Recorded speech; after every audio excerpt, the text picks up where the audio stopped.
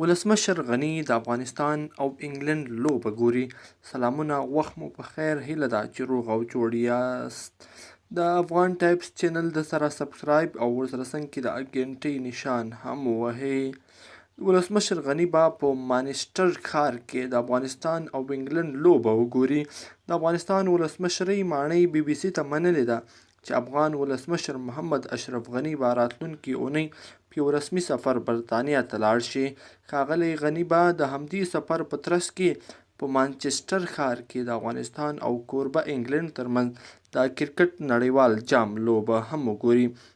ټاکل شوې ده چې دا لوبه د روانې جون میاشتې پر 18 نیټه د مانچسټر په اولډ ټرافورډ لوبغالي کې ترسره شي.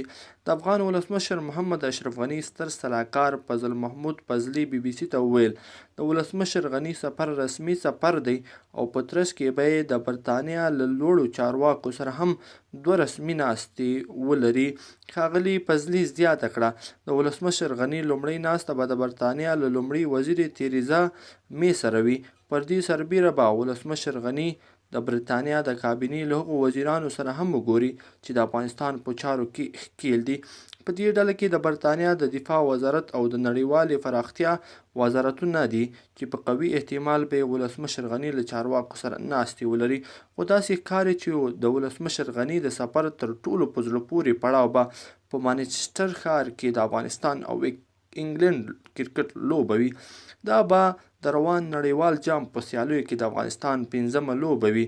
افغانستان تر دې دمه خپلې لومړۍ 3 لوبې بایللې دي او 4مه لوبه یې د راتلونکې شنبې پر ورځ له سویلي افریقا سره ده.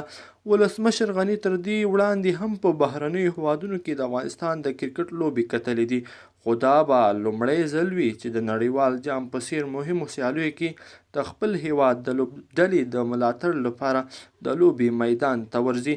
د نړۍ اکثره مشران د فوټبال او کرکټ او ان د نورو لوبو د نړیوال جام په ترڅ کې د خپلو هیوادونو او لوبغاړو د ملاتړ لپاره بهرني سفرونه کوي. هیله ده چې معلومات مو